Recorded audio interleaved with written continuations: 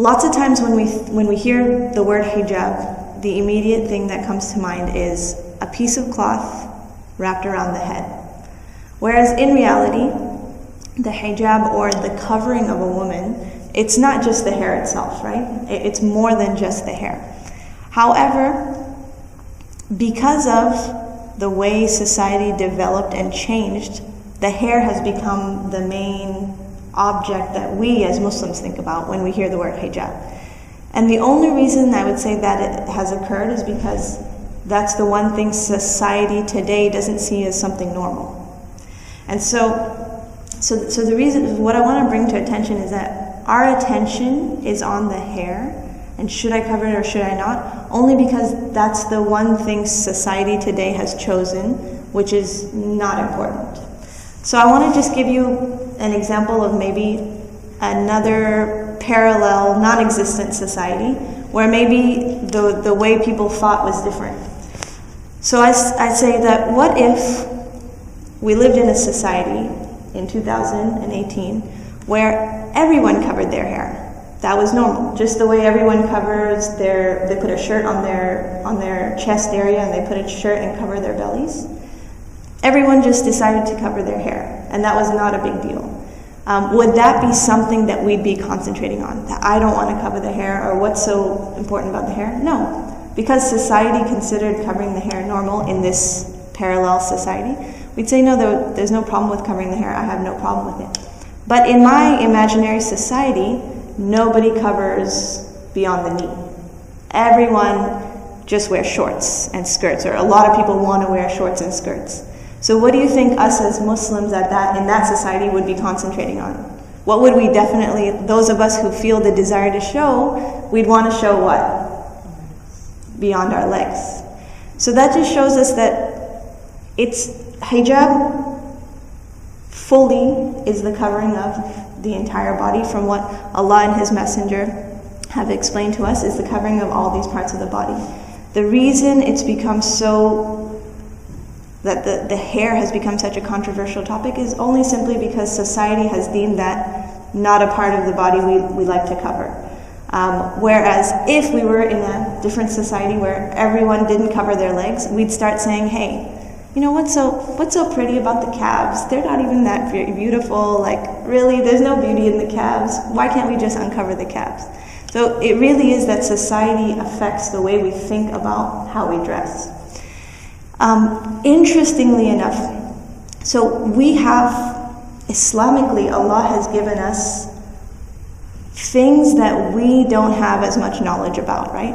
And so we say that Allah, أَلَا يَعْلَمْ وَهُوَ اللَّطِيفُ الْخَبِيرُ, does not the one who is the knower of all information and news, would he not know better than us? And so we say that Allah ordained for the woman the dress that she has, and He is more wise and knowing of the reasons behind that. Maybe in face value we don't see the need and necessity of it, but Allah knows, and He's more wise, and He understands the way the world works, the way that different people see, how people's dress affects how other people see that person. And so we say Allah knows best, and we say that even though society's whims and desires may change, you know, one day hijab is not, people don't cover their hair, in another society people don't cover their legs, in another society it's just normal that people don't cover like the belly area. The society keeps changing and developing, progressing, regressing in different kinds of ways, but we have been given a standard that does not change and does not waver. And so we understand that if Allah is more knowing and more wise, then we're going to stick to His standard, because He knows better than us. And that goes not just in dress, it goes in so many other facets of life. Maybe in one time in the world, it was not appropriate for people to swear. It was like of good nature that people do not swear. In today's society, it may become something that it's a very normal thing for people to swear. So because society changed, does that mean we as Muslims should change how we think about swearing? Like cursing and saying bad words? No. We have a standard that Allah has set for us, regardless of whether society changes or not. So even though maybe in 2050, Every single person swears. Even the president swears, and even the nicest of people swear. We still have our standard. We say that we're not going to follow the standards of people. We'll follow the standards of Allah, and we know that He knows better. And so hijab, it comes down to that concept. Allah knows better and we don't. And we will stick to a standard regardless of how people decide to change. And what's interesting about this whole conversation is actually how people have changed their standards about how women dress. So I just wanted to show you guys a couple of pictures. I researched a couple of pictures. All I wrote, nothing to do with any Islamic research. I just Google searched how women have dressed through the centuries.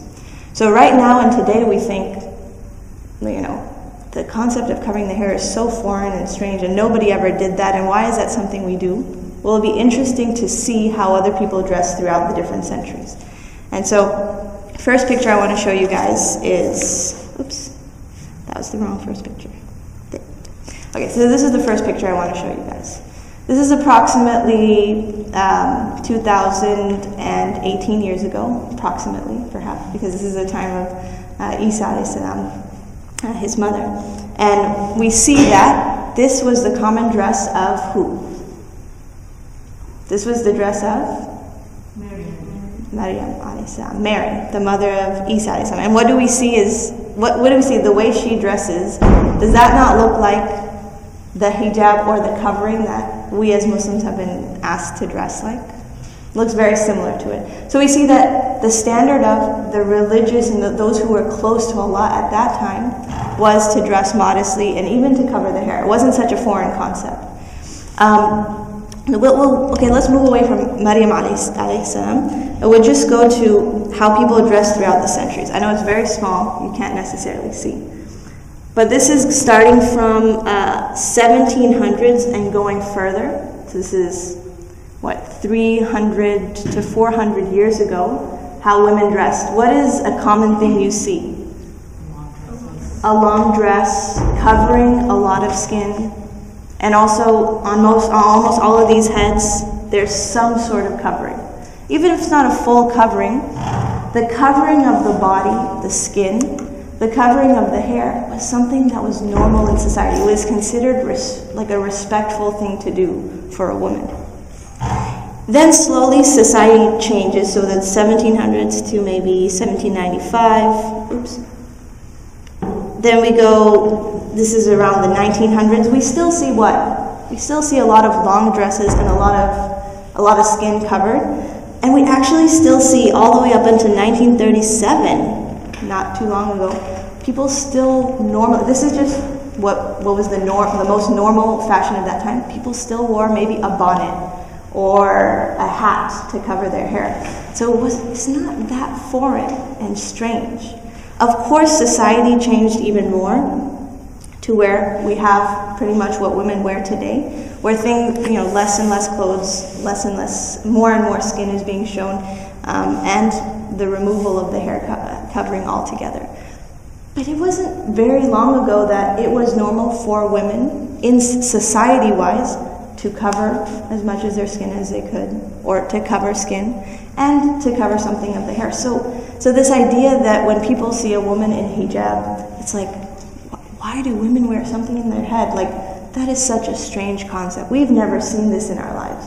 Just flip through a Google search of how women dress, and that was something normal and acceptable in society. And again, society changed and evolved and eventually ended up to how people dress today. But what do we have? We have a standard. We have a standard that we will not change and evolve to people and fashion's whims, but we go back to the wisdom that Allah has given us. So it's just interesting to see. I didn't know exactly what I would have found on this Google search, but I was very surprised to find this. And again, not from a Muslim website. This is from like a fashion blogger's website. They just wanted to see how the fashion evolved over time. Okay. So I just wanted to touch on that just a little bit to make us understand, a little bit more perspective that's not just 2018 perspective, but something from beyond that, to see how people used to dress and what it meant in society for how a woman dressed in society.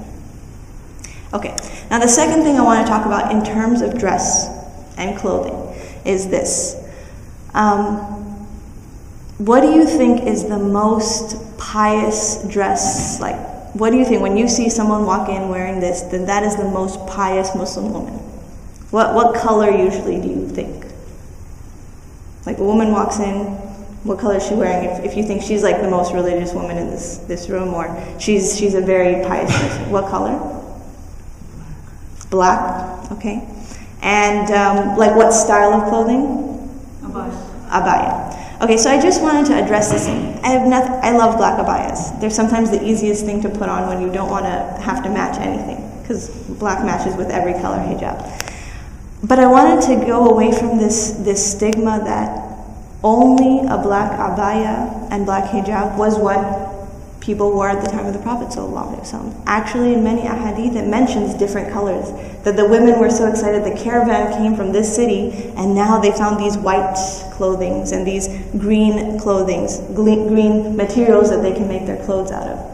And abaya wasn't the only style. They even had different types of styles, to the point where there was a different clothing, I believe the name was like a qibti or something, where it meant, okay, this style of a clothing and dress and the cut of it and the design of it was from Egypt. That this was specifically what they wore in Egypt. And when a man gifted this dress to his wife, Prophet ﷺ didn't say anything bad about the dress and the cut and the way it was, except that he said that maybe it's a little bit transparent, so just make sure she wears something underneath it. That's all. And so yes, different styles were allowed, different colors were allowed, as long as we talked about last month, it followed the four main criteria, which was, it was covering all of the body except for face, hands, and according to some, the feet. Number 2, it was loose, not transparent, not imitating men, and not imitating the non-Muslims in terms of their religious dress. As long as the clothes follow those criteria, anything is allowed. So a floral dress, skirt and top, whatever a woman desires to wear, that's fine, as long as it follows those four criteria. Now, like, some will say, well, some things are even more flashy than others. That concept, like some colors are more flashy than others and some doesn't seem like they're appropriate in different places, that is actually true. So scholars say, in terms of the color, it often goes back to urf, the custom. And they say in this case, al-urfu muhakkam. The urf, the custom of the place, creates the ruling of the place. So, like we said, the Sharia tells us the four main rules of how a woman dresses. But the urf will tell her what kind of colors she could dress in. So in Malaysia, for example, when I was in Malaysia for 4 years, it was like the normal dress of a Malaysian woman was like neon reds and neon oranges and neon greens. And they were like this silky, shiny kind of color. That was the material they used. They dressed in what was sort of like a kameez, like a shalwar kameez, the kameez part, and the bottom part was a skirt. And that was their traditional dress, the baju Melayu. They had all these amazing neon colors. But you know what? It was so common, that was what every woman wore, that if a woman walked in with a neon-colored pink dress into our classroom, nobody would bat an eye. That was the norm of the society there. It was normal for people to wear bright colors, even to the point it was very normal for men to wear hot pinks and hot oranges, like neon colors. That was just the norm of the culture there, and nobody would bat an eye if that was to occur. In other cultures and societies, maybe wearing something with even a little bit of color would turn all attention.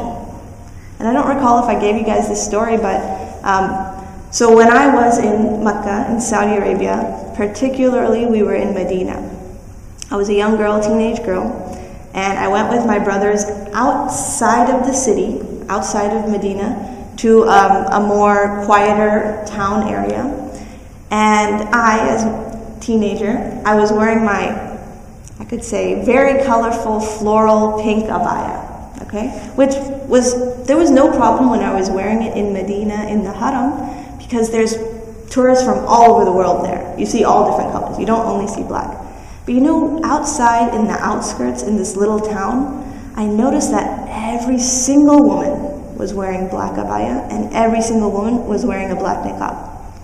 I didn't think much of it, but I said, okay, this is just how they dress. So I was walking with my brothers, my two brothers on either side of me. I was in the middle, and we were going to go to a restaurant. And a man was walking the other way, and in a very kind, nice, gentle way, and I appreciate that he did it this way, because it could have gone a completely different way. He took my brothers aside and he said, you know, I understand you guys are foreigners, but nobody in this city ever, none of the women ever wear any color other than black. And I just want to warn you that you may see people getting upset about this. Just the culture of this city is women only wear black. And you may see that there are people who will get upset about that. Does it mean I necessarily, from a Sharia standpoint, did something incorrect? No, not necessarily. But I should be more aware of the surroundings of the place that I'm in, that this may cause some more negative attention. And I was very upset at that point. I was like, oh, how dare he tell me how to dress as a young girl. But I understood the wisdom of it later, and especially the way in which he said it. He wasn't saying your sister is wearing something haram. He said, I understand the mentality of the people here, and something that's colorful like that will definitely perhaps cause some trouble. Someone's going to stop you in the street and someone may say she's being inappropriate, when I know that's not the case. So it was very kind of him to say that. And when I later learned this concept, you know, the urf muhakkam, I finally, the story and the ruling sort of combined to make complete sense. So in a place like America, like Malaysia, like Pakistan, where colors are normal and, you know, most shalwar kameez have multiple different colors, then it is fine and appropriate for a woman to wear something that might not be just black or just brown or just navy blue, maybe other colors. But if you realize you're in a city, even within a country, I'm not Pakistani myself, my husband is, and we visited a particular city near the border of Afghanistan where everywhere I went, my mother-in-law made sure I wore an abaya, a black abaya and black hijab over it. Whereas in a different city, in Islamabad for example, I wore regular shalwar kameez in different colors. So al-urf muhakkam in that case. My mother-in-law was worried that you wear something very, very colorful here and someone's going to give you trouble. And so al-urf muhakkam in that case. The urf made the ruling. And we'd say it is best for a woman that in cases where it is going to be problematic that she wears something very colorful, consider the culture and wear something less colorful. In a place where that is not the case, like America and other countries, then it is permissible for her to wear things that are colorful, as long as it is something not so flashy and incredible that it still brings everyone's attention to her. So I'd say, for example, like an entire dress made out of sequins, like gold sequins, that as soon as you see her from 100 feet away, she's just like, she looks like a gold medal or something, like she's shining.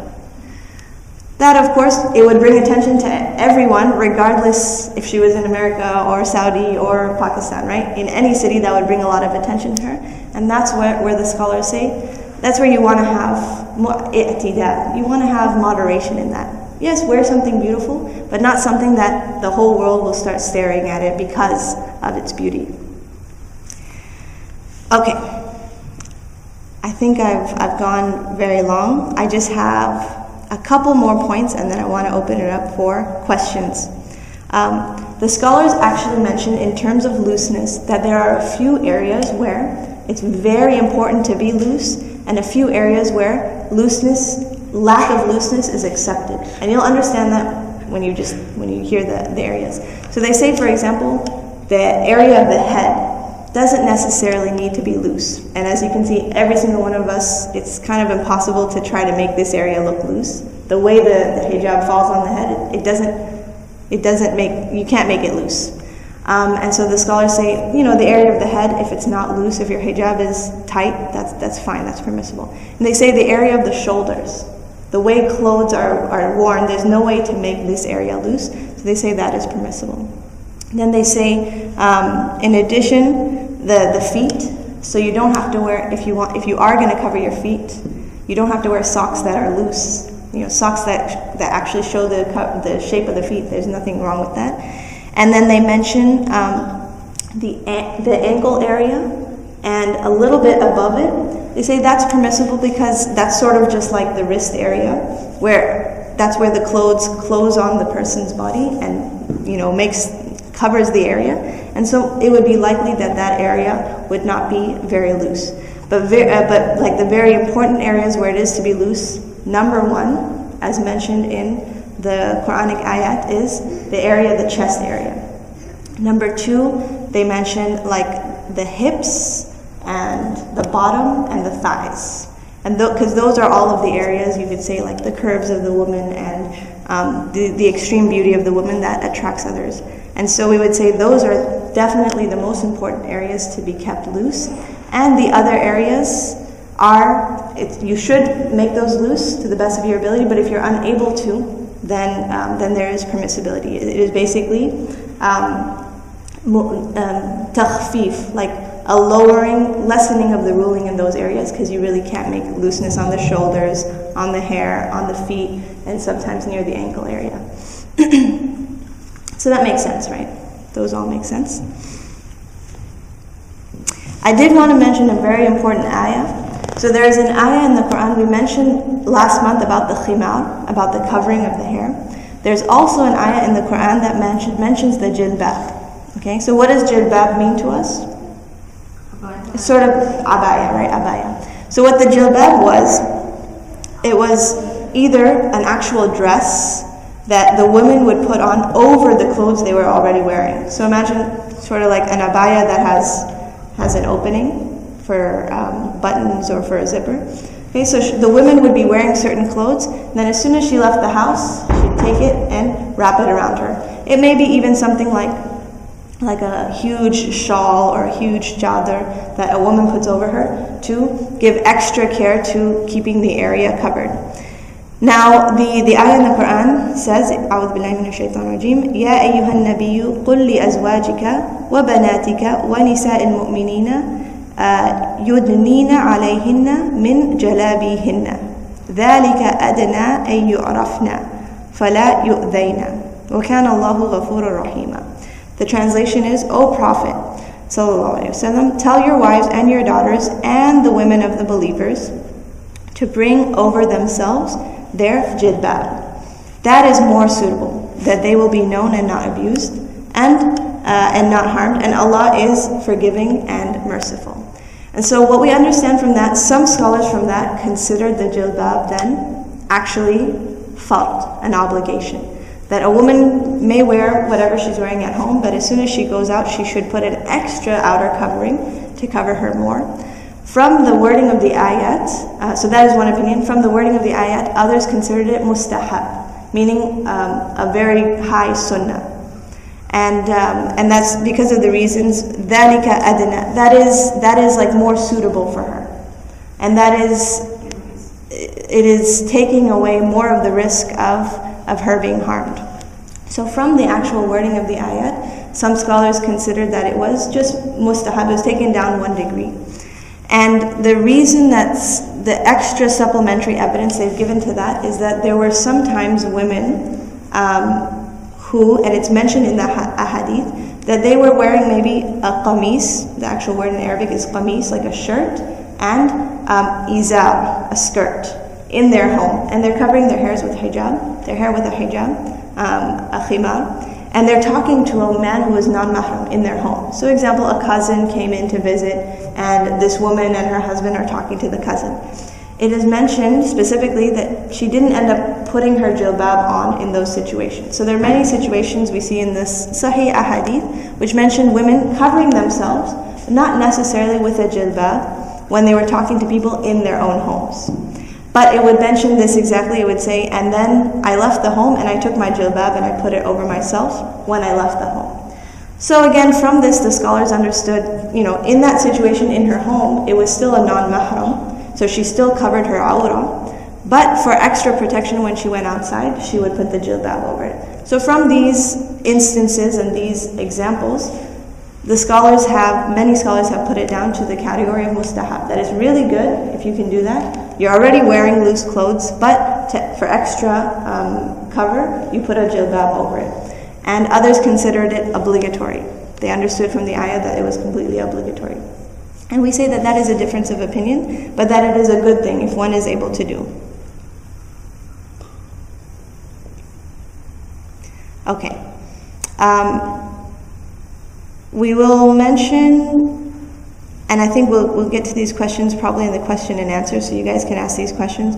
We're going to mention about perfume, dyeing the hair, the camel hump hijab. I've gotten the answer about the extended eyelashes. And so those are all small question and answer. But the last thing I do want to mention is dressing up for a suitor. So dressing up for someone who comes to see a woman for marriage. So the Prophet ﷺ had permitted for a woman when a man comes to see her for the purpose of marriage, for her to dress up. So there was a woman who was in her iddah. She was waiting for the 3 months until after she had been divorced, or she had been widowed. The Prophet ﷺ told a woman after that, so wait your 3 months, then tazayyanu lil khitbah. So, and then beautify yourself for the possibility of suitors coming. Okay? So we see from that the Prophet ﷺ permitted women to beautify themselves in their homes, beautify themselves even more if a suitor was coming. Again, we mentioned this last week, you don't go to such extents where you are unrecognizable and someone would not think that you are the same person, because you want to show, the truth. So you put on the natural makeup and the kuhul and certain things that may beautify yourself, and that is permissible. And then there's also a lengthy discussion and lots of ikhtilaf on the concept that a woman may show some of her hair in that gathering. And so some say absolutely not. Some scholars say yes, it is permissible as long as she knows as long as it's certain and very clear that this is for the purpose of marriage. Not just that, people are coming over and because it's my home I can remove my hijab. The scholars say no, it's specifically that someone's coming over for the purpose of marriage. And she may show in some way or form her hair. Again, this has a lot of ikhtilaf and a lot of happiness and upsetness on both sides for men and women. And so if you have further questions, we can discuss it. There is permissibility in the Sharia that is something that's allowed. And we can understand that from the perspective of, you don't want the person to be so shocked after marriage if it is something they weren't expecting. Something of that sort. So if she were to show some of her hair, the color and the way it is and the style and I guess whether it's silky or curly or whatever it may, those are different preferences that it is said that a man may want to see before the marriage. And we can, to a certain extent, we can understand why that would be permissible. Okay, so I'd like to open it up to those questions. I've thrown a few of the possible questions out so we can get to them as we get to them, but you guys are also welcome to ask questions outside of that. I was wondering if there are any rules considering men wearing makeup? Yes, in fact there are. Yeah, in fact there are. So the Prophet ﷺ mentioned the thyb, the perfume for a man, is one which has a smell but no color. And the perfume for a woman is one which has color but not necessarily a strong smell. So from that hadith alone, and I feel like when I spoke to you guys last week, I told you guys about the color that some women would wear. They used a color that was from saffron, and I wanted to make an extra side note there. When I say saffron, it is red, but the color that is emitted from it is yellow, right? So it's not talking about the red of the saffron, but the color that is emitted from the saffron is a yellow color. So women's perfume at that time, thyb, is what they call. It had a yellow color, but not necessarily a smell, not a strong smell. And for men, their thyb, their perfume, had a strong smell, but no color. So each had their own, and men were not permitted from the color. Even to the point where the Prophet ﷺ met a man, and he had yellow, just like a streak of yellow on his face. And the Prophet ﷺ said, "What is this?" It was the streak of yellow that women would wear, right? That color that the women would wear. And And the Prophet ﷺ was kind of shocked, like, what is this? And he said, oh, he didn't realize it's on his face. He said, oh, sorry, Ya Rasulullah, I just got married. My wife was wearing this on her face, and he was, perhaps he's embarrassed. He said, sorry, I guess some of it got on my face. So we can understand from that the Prophet ﷺ was not permitting it, but of course it was a mistake, and it was from his wife. So the men, they can have a strong smell, but it's not supposed to have any color. For women, it should not have a smell, and we'll talk about perfume when we get to that question. But it can have that color that we mentioned before, the yellow color, the slight natural color. Yes? The word that is in Quran that is there without a purpose. Allah chose every word carefully. I agree. Of course, there's no word in the Quran that is misplaced or that is inappropriate for its place. However, I would say that this concept of Muslim versus Mu'min versus Muhsin, we should always strive to be the highest. We should always strive to be the highest. And actually, when it comes to fiqh, in terms of fiqh, they don't make any distinction. They don't say, the scholars don't make any distinction, nor does the Prophet ﷺ make any distinction that, oh, well, you're a Muslim, so only this is obligatory on you. Whereas you are a mu'min, or you're a muhsin, so this is obligatory on you. The fiqh doesn't work that way. It says for those who believe, these are the 5 pillars of Islam, and this is how much zakah you have to give, and this is how much you have to fast.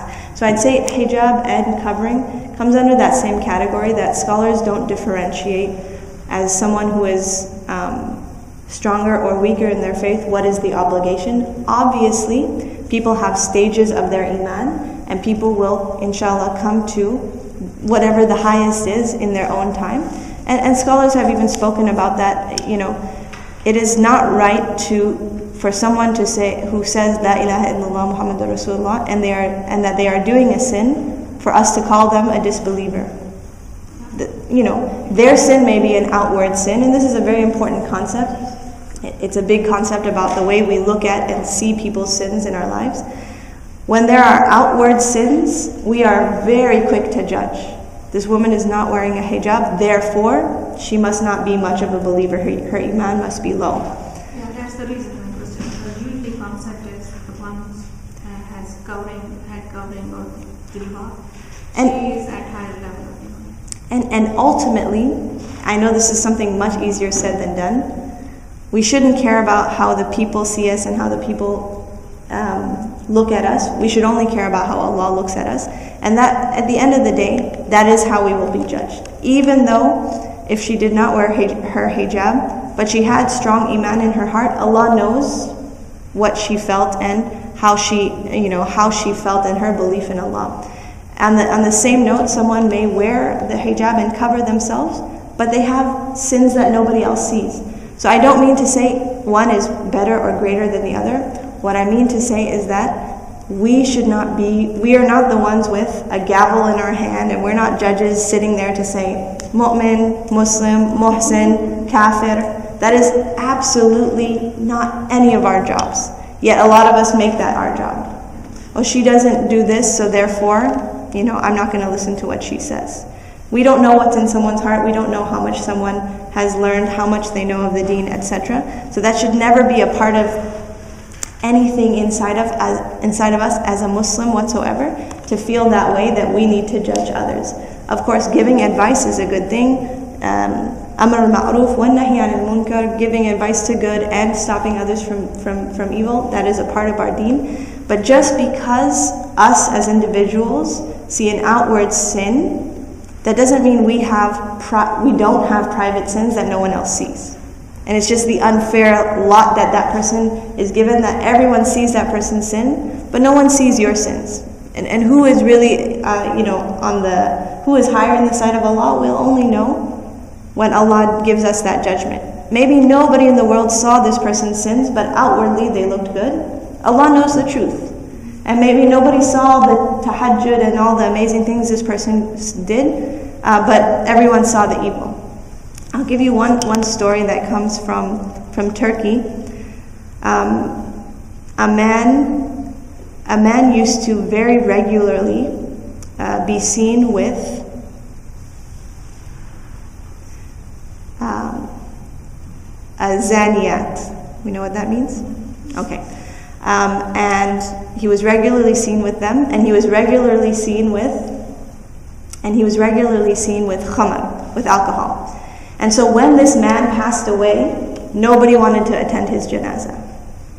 They all thought, he's a guy who goes with these women and he's drinking alcohol regularly.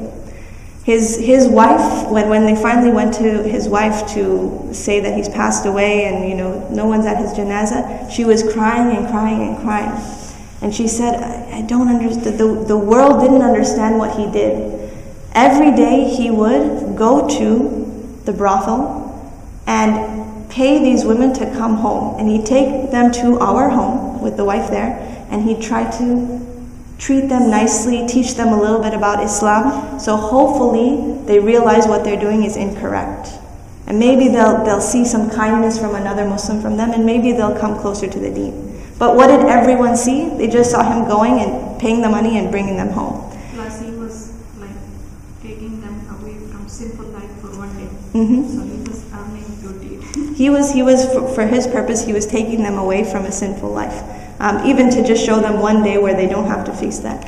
And in addition, he would often go to the places of alcohol, buy as much as he can, and throw them down the drain so that hopefully, if he bought it, someone else wouldn't buy it and become drunk from it. But everyone saw only the zahir, what they only saw on the outside. They didn't see what he did privately in the inside. And that should be a lesson to drive home for all of us. We don't know what someone does in private. We may see what someone does in public. We don't know what it means necessarily. We are not the ones that need to be judging and making judgments on people. The only people who need to be making judgments are the actual judge of a court and Allah.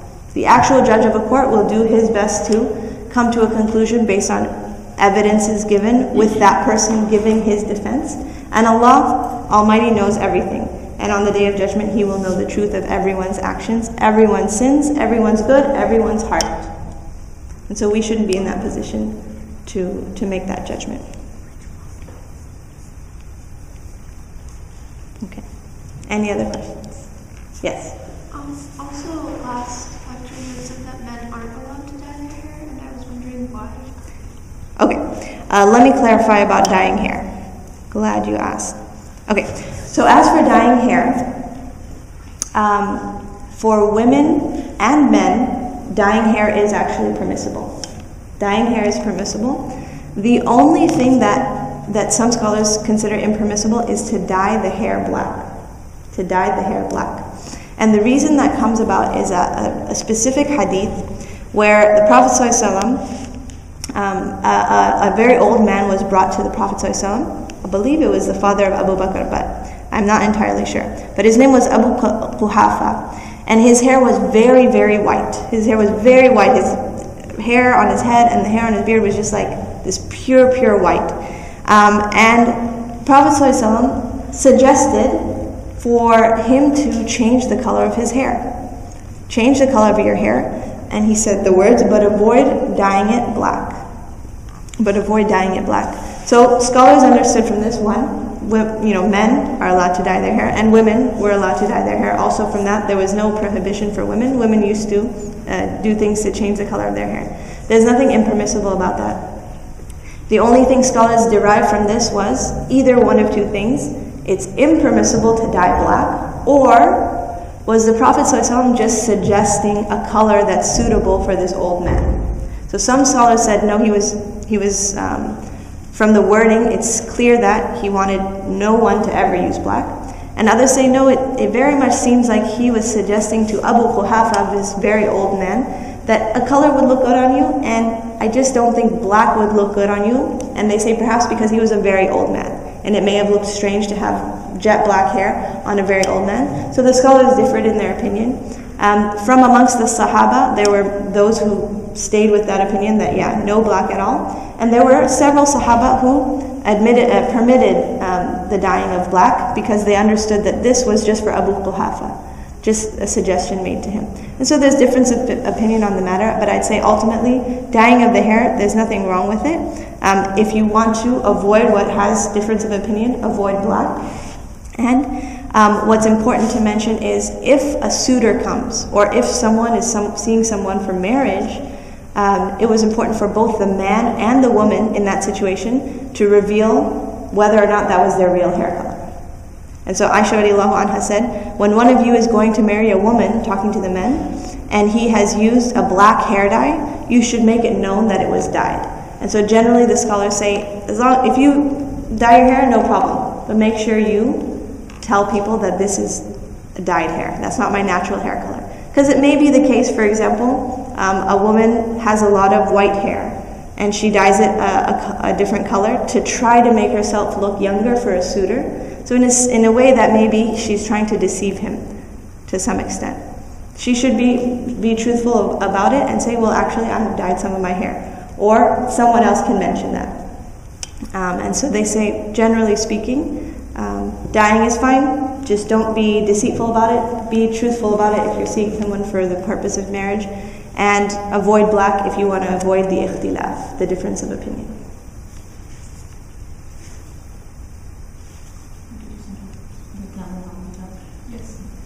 Okay, so the camel hump hijab. Does anyone know what I mean when I say that at all? Very strange. Okay, so there's a very specific hadith the Prophet ﷺ mentions. It is amongst the signs of the Day of Judgment. We have many signs of the Day of Judgment that the Prophet ﷺ has mentioned. Amongst those signs is, he says, that there are two groups of people, both of whom are in the fire. And he says, I have not seen these people yet. So it was something that didn't exist at his time. And the hadith continues, this is in Sahih Muslim.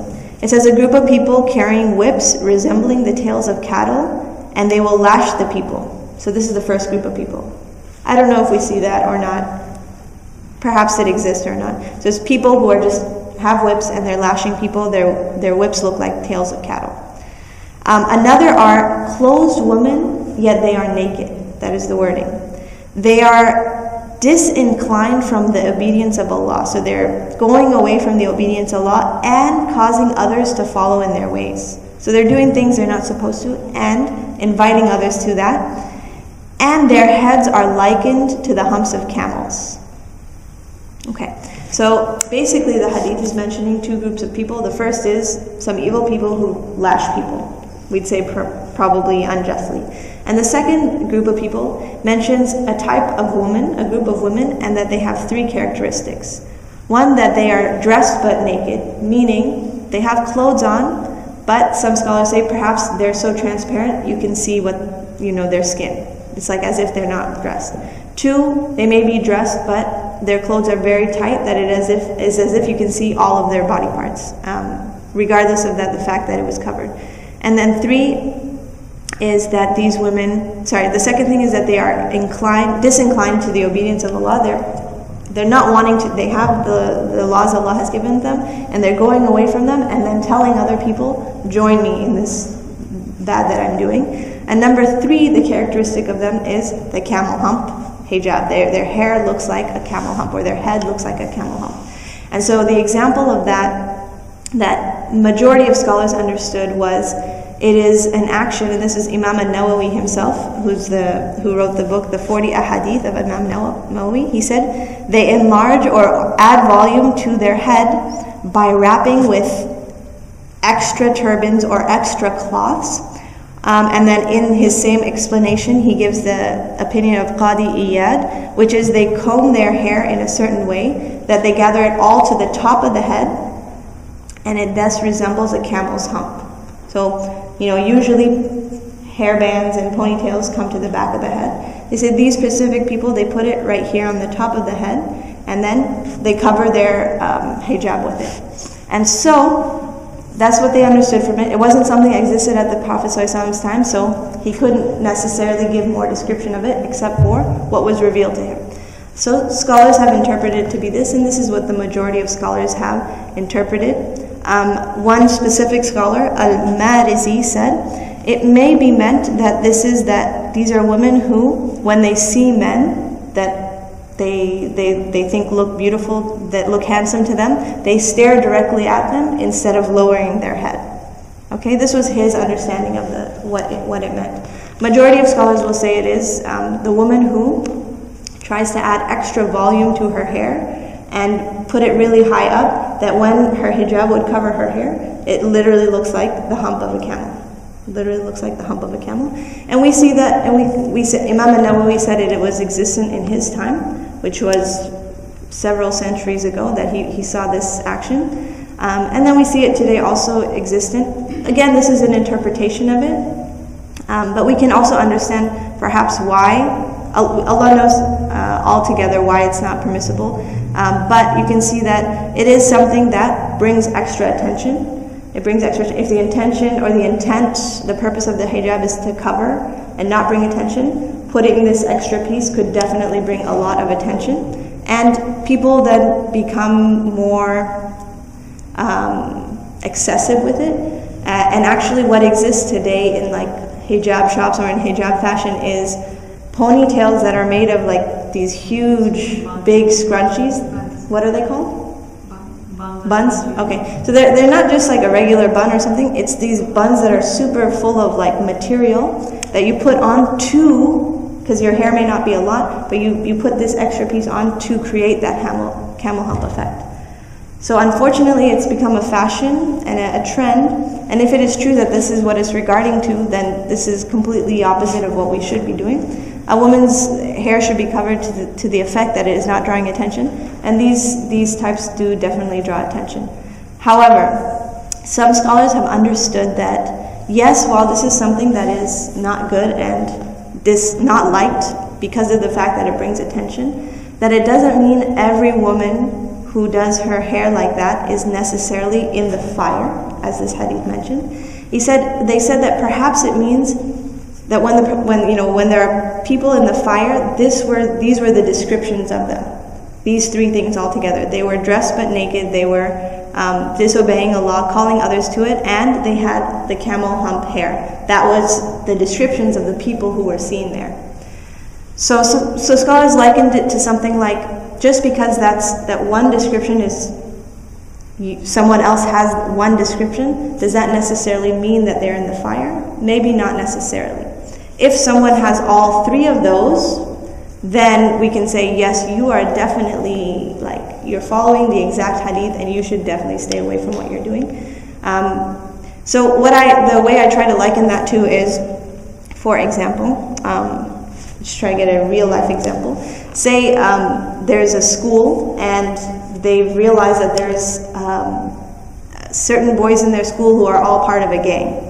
And the description of these boys is they all wear black jackets with spikes, they all have red hair, and they all have tattoos on their arm. So this is the three things that describe the boys in this gang. So imagine if the principal went and took everyone who has this black jacket with spikes and says, you guys are all part of the gang.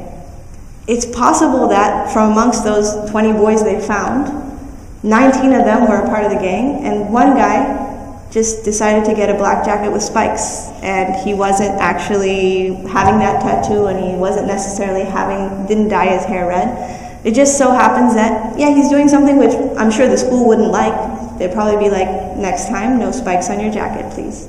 Right? That's not something safe. So he's doing something that's not necessarily good, but it doesn't mean he's in that group of people.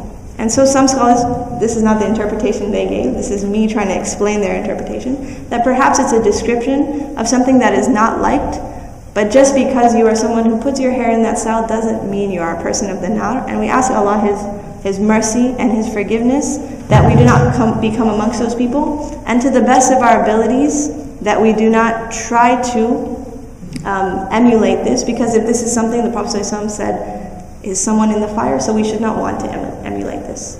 And there's a really silly and funny YouTube video, I think it comes out of Turkey. I can send it to Sister Farzana, but they were trying to explain this in a sort of nice, kind way. So there's one woman who had her hijab and a camel hump, and then right next to her, it pans over to the next woman, and she has like a 2-foot hump. And then right next to it is a woman, and she has like a 5-foot hump. And then right next to it is a woman with like a 6-foot hump. And each of them were like jealous of the other. So it was just showing that there can be some excessiveness that comes to this. Today it may be just a small thing, and like we said, the new fashion is then to put this extra bun that makes it maybe 6 inches. Well, tomorrow there may be an extra detail where people use a huger thing that makes it, 2 feet over your head, and it just creates this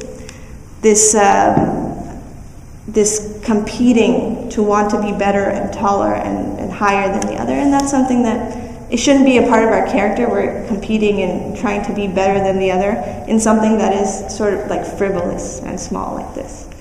And so, to the best of our ability, should try to stay away from it. But inshallah, we would take the interpretation that it doesn't mean that person is in the hellfire, because they may be a very good person, and as long as they're not doing all 3 of those things, we know that inshallah, perhaps Allah will have mercy on them. Yes? How can you tell if an article of clothing is like for men or for women, with like unisex clothing or clothing that comes in only one fit? Like, how can you tell if it's okay to wear? Sure. So the scholars have mentioned about unisex clothing. So they said there's particular clothing that are only for women, and it is clear. Like, generally speaking, like floral dresses, floral skirts, like these sort of color things. Again, it goes culture to culture, it may differ. So it's like if we saw a man walk in with a floral skirt, it may look definitely to us strange, because we say that definitely looks like something a woman would wear. However, maybe there are clothes specific to men. I don't know, I feel like I tried to come up with an example last time. I couldn't necessarily come up with an example. But think of like... skirt is different. Usually men's clothes skirt is different than women's. Yeah, so if it's in the men's section of the store, then we'll say it's for men. If it's in the women's section of the store, it's for women. And if it is like, and what we mentioned last week, is just like a sweatshirt or a sweater, and it doesn't necessarily have any gender to it, so the scholars say that is permissible. It's okay. And there were clothes that was permissible for both genders to wear, even at the time of the Prophet ﷺ. And so the example that I gave earlier, and I'll give again, is a man was gifted a dress or an outfit from Egypt. We say it's sort of like a thobe, so it was long dress, which, by the way, thobes, long dresses, are permissible for men if the culture allowed it. So our, Arab culture allows men to wear dresses technically. Doesn't mean it's following what women wear. But so this was a thobe from Egypt, a long dress from Egypt, gifted to a man. He didn't like it, or maybe he thought it was more appropriate for his wife, so he gifted it to his wife. So this was a type of clothes, you could say it's a unisex clothes. It could have been for men or for women, and it was permissible for him to gift it to his wife. Prophet ﷺ had no problem with it. So if it is definitely unisex clothing that it doesn't matter whether women or men wear it, that's fine. If it is very specific to women, men should not wear it. If it's very specific to men, then women should not wear it. And again, when I say it goes back to culture, is because we have in Indian culture, for example, lungis, right? Lungis in Bangladeshi culture is basically like a man wearing a skirt. But that is something acceptable in their culture for men to wear. So we say there's nothing wrong with it. There's nothing wrong with it. And even floral shirts, when we go to Hawaii, every man is wearing a shirt with flowers on it, that's okay. There's nothing wrong with it. And if he took his Hawaiian culture here to Dallas, Texas, we'd say that's fine, it's permissible. It's when people are wearing things that it catches your eye immediately when you see it and you think, that looks strange because I'd expect that to be on a woman, is what we mean.